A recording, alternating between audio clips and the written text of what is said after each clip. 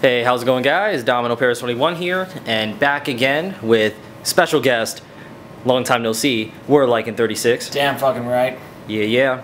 But yeah, so Warlike 36 is here making a guest appearance on the channel to help me out with a new top 5 for you guys. So the top 5 that me and Warlike in here have been devising on, so there's gonna be no bias here for me, I guess, for what you guys have been saying. Again. But what we have here is the top 5 pressure cards currently. So this will be post set 10, 11, pre-set 12 that we'll be having. So as always, expect to see some updates as new sets release in the near future. So overall with pressure cards, Warlike, and overall, how would you define a pressure card? What would be the criteria? The way to see a pressure card is that it has to be a card where if it actually hits or if it gets effect to actually go off, it causes a huge consequence and actually a shockwave. It might change the tide of the game depending on what exactly happens. I mean, Punishment. Basically a pure punishment and pure consequence. That's really the key word there, consequence.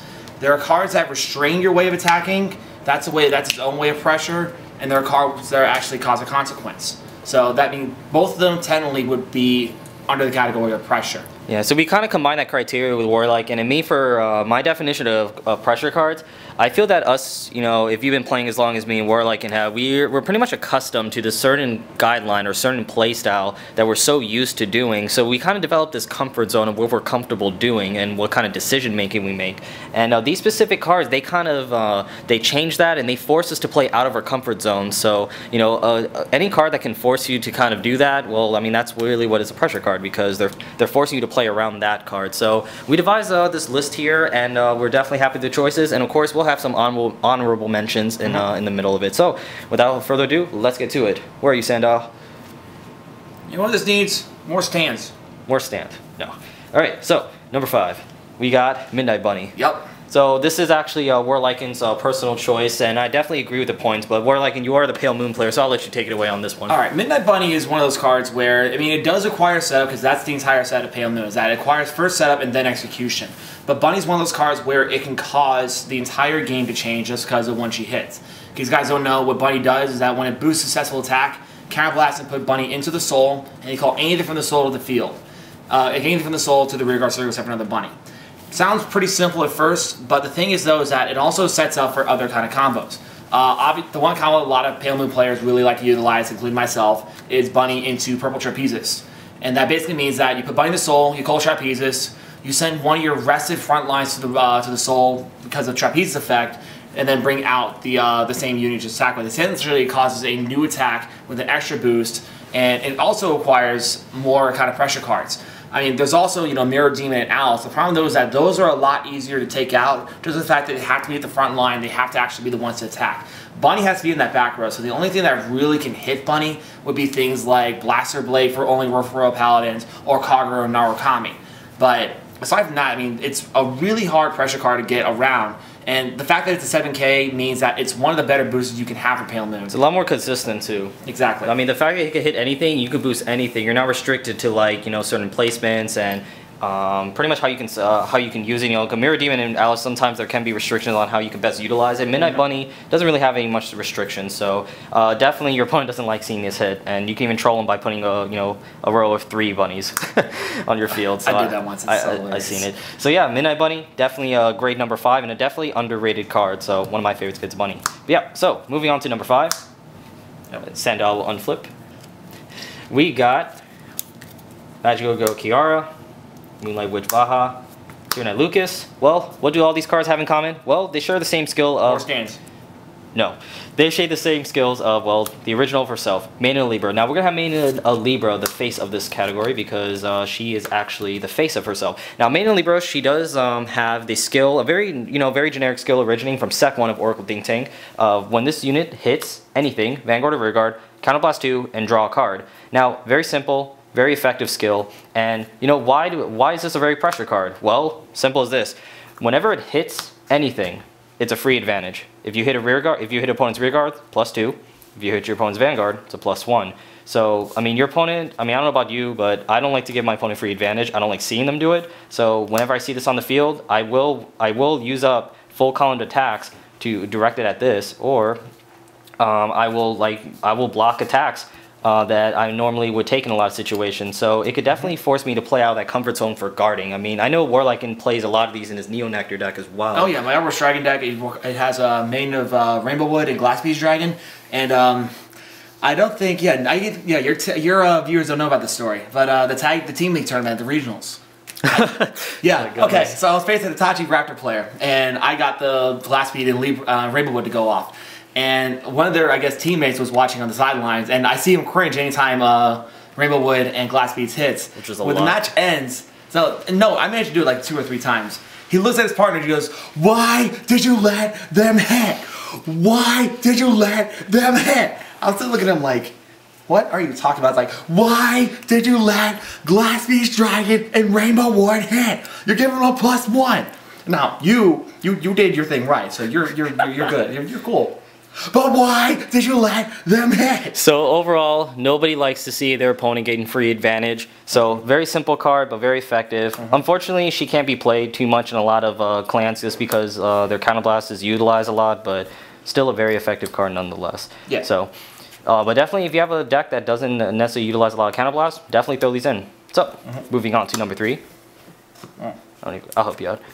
Silent Tom, like you guys know, is one of my absolute favorite cards of the game and one of my trusty units in Solus OTT. Silent Tom, another great classic skill that made OTTs very unique. Still a very unique card for OTTs. But what he does, of course, if you don't know, is during the battle that he attacks, your opponent cannot call grade 0s to the Guardian Circle. So, Tom is definitely one of those cards where anytime I face an OTT player, I really say to myself, I don't want to see Tom. Please don't want to see Tom. Please don't want to see Tom. Then I see Tom, I'm just like, I swear to God, I gotta see Tom every single OTT deck. Can I please not see any more Toms? Tom is just really what keeps OTT somewhat competitive. I mean, he does help OTT. Battle other. Yeah, definitely gives them some type of weapon to play against a lot of decks. So, I mean, Silent Tom, of course, with his little partner Gemini, which is an 8k booster, hitting for 16 against most 11k base Vanguards. Essentially, of course, since your opponent cannot call grade 0s to the Guardian Circle, no 10k shield. So what does that mean? Well, if you have to block it for 10, you have to automatically drop 2 cards, which a lot of times, your opponent will have to save perfect guards for him or waste interceptors that they kind of want to keep on the field. Now, why is this a pressure card and why is this number 3? Well, it's like I said, your opponent normally will try to save perfect guards for him in case you stack triggers on him. Because I think something that we're very accustomed to, especially when it comes to using perfect guards, is, well, rule number 1, use the perfect guards on the Vanguards. That's something we do instinctively. But the minute we see Tom on the field with good boosters, we kind of have to adjust to Tom and kind of figure out a more better way to manage our shield in hand.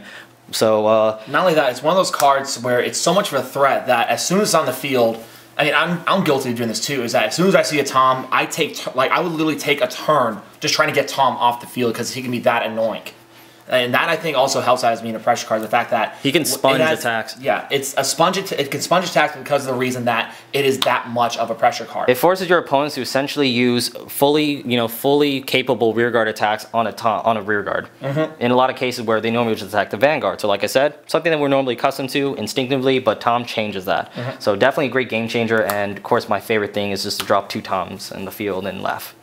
But yeah, Tom, definitely one of the best cards in the game, period. Yep. Arguably that's rearguard, but yep. Now moving on, I'm sure some of you guys may know what these 2 cards are, but we got Dragonic Descendant, Eradicator Dragonic Descendant. Now a lot of you guys probably already saw this coming, but Eradicator Dragonic Descendant, the reason why he got limited in Japan, just a very, very strong card. Now, how is it pressuring? Well, it's now granted it's a very pressuring card towards the late game, not necessarily towards early game, but the minute your opponent hits 4 damage, you're on limit break.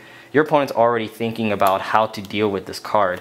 So what he does is limit break 4. When he attacks your opponent's Vanguard and he does not hit, you counterblast 1, discard 3 Eradicators, stand him up, he gains a crit. The big thing about him is that he gains that crit. So typically what happens is when your opponent's at 4 damage and you attack them, a lot of times it's best just to no guard the Descendant, because if they try to guard the Descendant and I stand up, well, I have a crit, so you have to automatically block them twice. So it really just forces your opponent to to plan ahead of time to try and manage their shield. And a lot of times too, when we're at 4 damage, we're very accustomed to try just guarding around critical triggers, but with Descendant he changes that. So because he turns himself into a critical trigger basically when he stands up. Exactly. So it makes us gamble a lot more, because especially now that I've seen this deck in action. Sorry about the glare, guys. Now I'm seeing this deck in action. It's really seeing a lot of no guards at 4 damage. A lot of gambling done just because of this type of skill. So very effective card, very pressuring, and nobody likes seeing him late game. Get off me, Sandal. But yeah, Dragonic Descendant, simple as that. Definitely a great finisher. And then, of course, for number 1, we have... Never handle! Never handle! I mean, you guys probably already saw this coming. Dragonic Overlord, the end. Well, we're like, and you actually you actually rated Dragonic Overlord, the end on Pojo. You actually are a writer on Pojo. He's the best card of 2013. Overall, what are your... Why do you actually put him at that? Oh my god. Alright, I'm gonna... Now, in case you guys do go to Pojo.com, because I am one of the main writers of Pojo. It's me, and I just have Psycho Cardfight Reverse. He just started about a week ago. It literally has all the characteristics that a good card would have. It's very power. It has its own power base. It has its own pure pressure points that it has. The fact that it's a cross ride with a very powerful card itself, the Dragonic Overlord, and the fact that it doesn't have to worry about being at limit break, as long as you have that 2 face-up damage and a copy at the end, that already makes it annoying enough as is. Mixing the fact that it can hit anything to make the effect go off makes it also a very annoying card to deal with. He can pressure the minute you ride it, the minute you attack with it. Late game, when you're at 5, you're really not safe. As long as you see 2 open counterblast, I mean, you're pretty much taking gambles of whether you should no guard or not, or waste hand on it. I mean, he just makes you second guess yourself a lot and pushes you out of that comfort zone the minute you ride him. Especially when you ride it with Dauntless. If you ride it with Dauntless, that already makes it more pressure, because think about it, you're getting a guaranteed 2 twin drives on there. That gives you more chances of getting that Overlord at the end. Hey, sorry guys, the video actually cut off when Warlight was going off. So you were saying with the combination of Dauntless. Yeah, the thing is that if you combine with Dauntless, that it's already getting a twin drive. I mean, that already can be annoying enough as is, because it gives you 2 chances of getting at the end that you may not have had gotten already. Now, if you got one already, then you're already just getting plus cards anyway, especially even if you drop 3. Also, any triggers you get during this time period, it's going to stay for the entire turn. That means if you get a critical trigger, it's already going to be at 21 plus 5 in the crit, so 26 crit 2 for its second attack. Stacking crits, man. It can stack crits, and it also floods cards out of the hand. And if the opponent has too low of a hand to deal with Dauntless in the end, then it just makes it that much. It just makes it that much scarier. Well, you just die. Yeah, or you just die by you that. just die that turn. Yeah. But the end, just constant pressure, constant pressure from the get-go. The minute he graces us with his presence on the field. Define grace. Well, for me at least, when I play him. Yeah. So the end, of course, a very good classic card, and I know there's a lot of people who love him, who hate him, but it may be typical to put him number 1, but it's for good reason. Because it's that damn good. Yeah, it's pretty good. Just because, how powerful he was. It's another reason why, Limit Break was created, set 6 right after set 5. Because the end had to, restrain the game. Yeah, but the end, of course, still very good, still very strong, and still very highly competitive card. But yep, number 1 pressure card. I mean, hands down. Really can't make other arguments beyond that. Well, other than that, guys, thank you guys so much for watching. Sorry about any mentions. Oh yeah, forgot. Thank you, Warliken. Yep. So, of course, before we end it here, let's actually go with some honorable mentions that did not quite make the list, but still deserves an honorable mention. All right, there are 2 from, this one is really just one big category, and I mean, there could be we could probably put 10 cards on this table. Yeah, but we really don't want to put all those cards out here. Sorry, I don't have any other better ones. Sorry about the glue again. Gauntlet Buster, Blaming Reiji, Spinal Driver, Majesty Lord Blaster, anything that actually can hit with a constant crit. So things like that. Perfect Rise is a very good example. Oh, Perfect Riser is great because Perfect Riser doesn't have a limit break. But overall, what these all have in common is that they have ways to produce crits for themselves. Some can do it very consistently. Some can do it, here and there by enabling their skills. By doing something like comboing another card.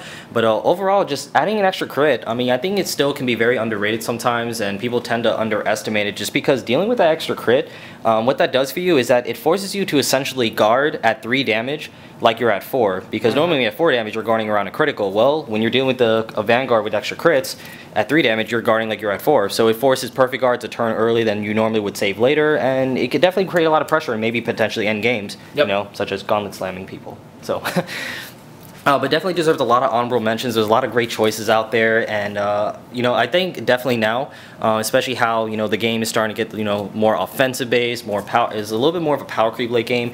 Extra crits can be very valuable just because, like I said before, nowadays everyone just pretty much no guards at 4 damage and just trying to just takes the Vanguard at 4 and makes gambles. Well, when you have a crit on your Vanguard, that changes everything. You can't gamble, so there's more to play around. So definitely a great honorable mention. And the other honorable mention that we were talking about a little bit were the 2 Maelstrom cards, actually. And especially with we were actually debating even to put this on top 5. I mean, I said Glory, I said like that would be like number 6, honestly. We were debating about that. Well, real quick with the pros and cons. Now, I guess we'll start with the OG original Aqua Force. Yeah. Blue Storm Dragon Maelstrom. Maelstrom, of course, if you guys don't know, is a limit break 4. When he attacks your opponent's Vanguard and is the 4th attack of the turn, he gains the skill, auto skill, when he hits the Vanguard, your opponent's Vanguard, you counterblast 1, retire one of the units and draw a card. So very, very powerful +2 play. And the 5k boost. And the 5k boost, excuse me. So it could hit hard, and it could hit hard, hit very high numbers, and also at the same time, it just nets you an easy +2, and it's something your opponent doesn't want to really see you get. So a lot of pressure it can bring. So that's kind of the pros. Where, like, I know you maybe had some cons about it. Now, you do really highly rate this card, but what are some cons that you said about the card? I do rate this card very high. I mean, I will admit that right now. Once again on Pojo, it was ranked, I think, number 7 or number 8 on the top 10. The main con I really had about it, though, was that you have to set up with Aqua Force. Aqua Force does have a big con of the fact that it has to have a good field set up in order for that limit break to go off. If it can't get that Aqua Force, if it can't get that limit break to go off, then it's going to be a little bit hard to actually work around with. That means you have to have, you know, Diamantes, Basil, Benedict, or any other one that could actually help out begin the 4 attacks in. So there's pretty much like some consistency issues because there is a setup that you want to do, an ideal setup that you really want to have with your field to enable the certain skill from Maelstrom. And a lot of times too, once you're finally able to do it, a lot of times your opponent will have the perfect guard. So you know, sometimes your opponent can sit easy, but then of course that's when Glory Maelstrom comes in and. Yeah, Glory Maelstrom. So it kind of, so I actually really did strongly consider putting Glory Maelstrom on the top 5. He came really close just because he does essentially what I mentioned with Silent Tom, except reverse. You know, normally of course he doesn't what he does is limit break 5 when you're at 5 damage. When he attacks, counterblast 1. Gains +5, and your opponent cannot call grade 1 or higher units to the Guardian Circle. So obviously no perfect guards. Yeah. So now this was one that, like, when I was doing the top 10 for Pojo, I was really considering putting him on the list. The problem though was that it has to be a limit break 5. If it was limit break 4, hands down it would have been definitely would have trumped the regular Maelstrom. But the fact that it's a limit break 5 is probably the biggest con that it has right there. And the counterblast is okay because Aqua Force really doesn't use counterblast very much to begin with.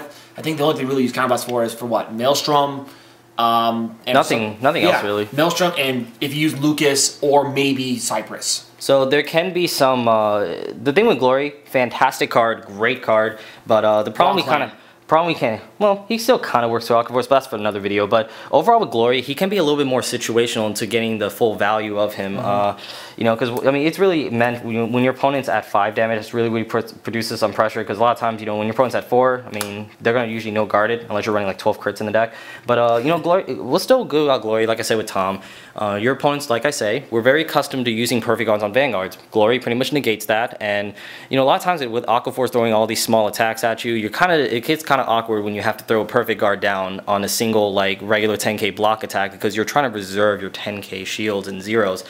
So they become very, very important when dealing with this card. So he kind of throws out all those like basic guidelines of perfect guards out the window. Yep. So really good. So definitely probably the best honorable mention. Very close to making the list, but like I said, very situational. So not as consistently reliable all game as the other cards do provide that's on the list. So yeah, guys, that is a few honorable mentions as well.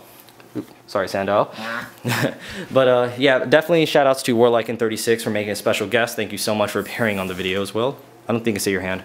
Cover the face. There you go. But as always, guys, leave a comment down below and share with us what your opinions are, what you like, what you know, maybe what you guys feel that deserves a good honorable mention as well. Definitely leave a thumbs up for Sandal here. And yeah, as always, guys, don't forget to subscribe, like. 2 cubic tons. 2 cubic tons. All right, later, guys.